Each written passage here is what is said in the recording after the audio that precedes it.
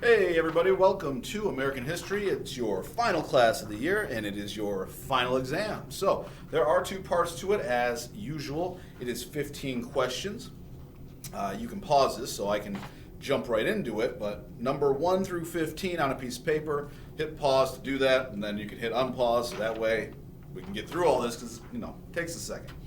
Also, I wrote them down because going through the book and trying to find questions would just add another 5 to 10 more minutes onto the video, so I went ahead and got the questions beforehand. So let's begin, ladies and gentlemen. Number one on your first part of your final exam grade.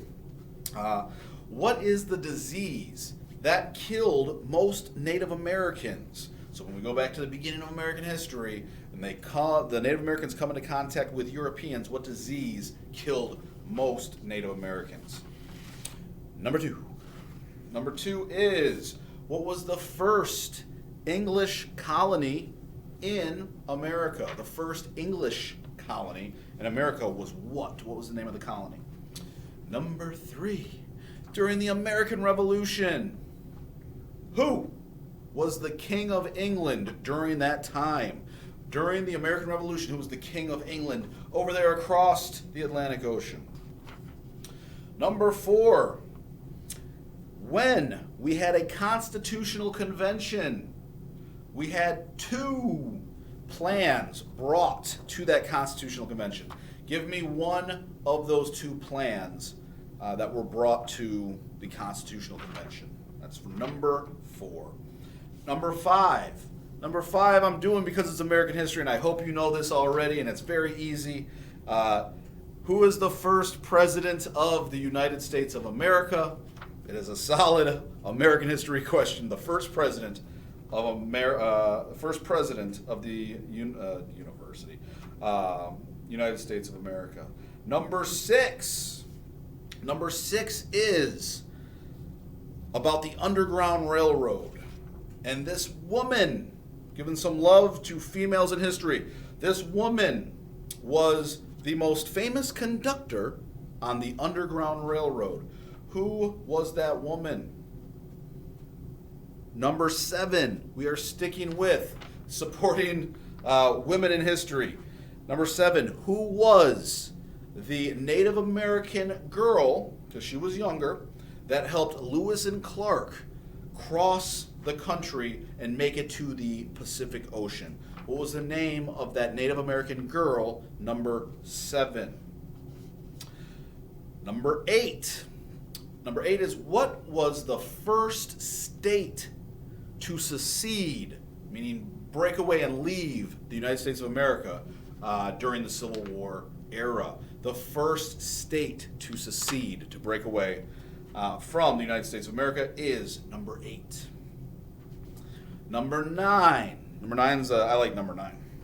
Number 9 is the term that we used and we talked about in class. It is a scientific term. I don't want to use the term to explain it. The theory of evolution was created by this person, and during the late 1800s, people used this theory of evolution and took that theory and tried to explain how it would work in the real world of America. And it has to do with survival of the fittest. So if you do really well, you are fit, you are the fittest, you will succeed. If you do not, your business would be bankrupt and your business would go under. And it's this term to explain the survival of the fittest working in a everyday society term for number 9. Number 10 is where immigrants would stop at before being allowed into the country coming through New York. So if you were coming from Europe, you would cross the Atlantic Ocean. You're coming to America. You are an immigrant. You would have to go through this place before being allowed to enter the country. And a hint, it is in New York. Number 11 is, what is the spark that started World War One? What was the spark? What was the event that happened that triggered this whole chain of events that started World War One? Number 12. Number 12 is, what do you call a German submarine? German submarine was called a what for number 12? 13. 13 is has been with us through a lot of our class. It is a terrible thing. It is a terror organization designed to keep white people in power. Number 13. It's a terror organization that is used to keep, or the goal is to keep white people in positions of power, and they will use horrible tactics to do so. Number 14.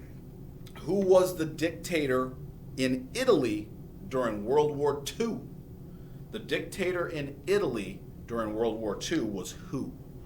And number 15. Number 15 is, give me one of the two cities that was bombed using atomic bombs. It was fairly recent for us. Just give me one of the two cities that was bombed using atomic weapons at the end of World War II. Now, let's get to what you're doing. Normally I have some kind of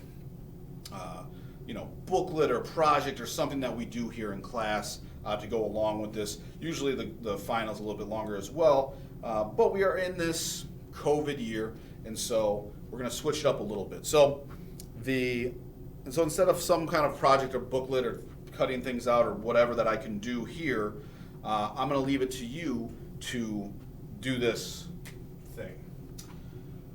What I'm going to ask you is 1960s, 1970s, and 1980s.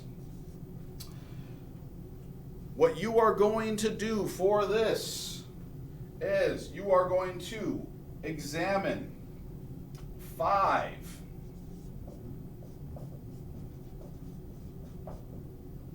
important / key events from, and I'll make this capital, from each. That's 15 total. So, out of the 1960s, I need 5 key important events that took place in the 1960s. And then you move on to the 70s and then the 80s. What are major things that happened during these decades? And then, what you're going to give me, it's going to be a little bit like if you have me for world history. You're going to give me the date. So if it's in the 1960s, and I'll give you one in a second. Let me explain what you're doing first. You're going to give me the date. You're going to tell me what happened. And then you are going to give me your visual representation, or simpler term for a picture, a drawing. Picture / make sure you understand that I'm looking for you to draw a picture.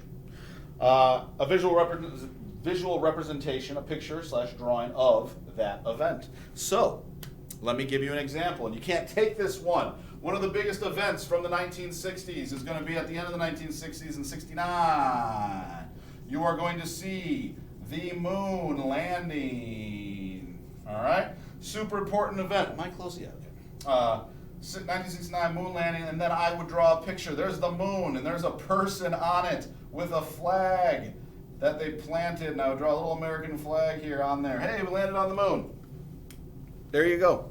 So, for each decade, you are going to give me 5 of the most important events, key events that happened in those decades. You are going to tell me the date that it happened. You're going to tell me what happened, and then you are going to give me a drawing of that event. That, along with the quiz / final that you just took, that 15 questions, are going to be combined to be your final exam grade. And that's how we end the year. So, I know this has been a much different school year than we have been used to, or that you've ever been used to in all your years of schooling and all my years of teaching. You have done a fantastic job. Many of you have stuck with it day in, day out, got, turned in everything and done really well to stay on top of your grades. So I'd like to say thank you. I'd like to say I am proud of all the work that you have done. I am hoping that we will be back. I think we will, so we can get back in a classroom. It's not going to be over this, which will make everything a little bit easier, because then you can ask questions. We can go over things just like we normally would.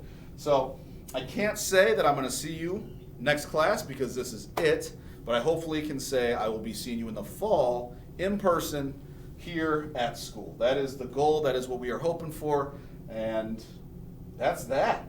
So get this to me today for attendance and participation purposes. I mean, it's your grade, and I will see you next year. Have a great day.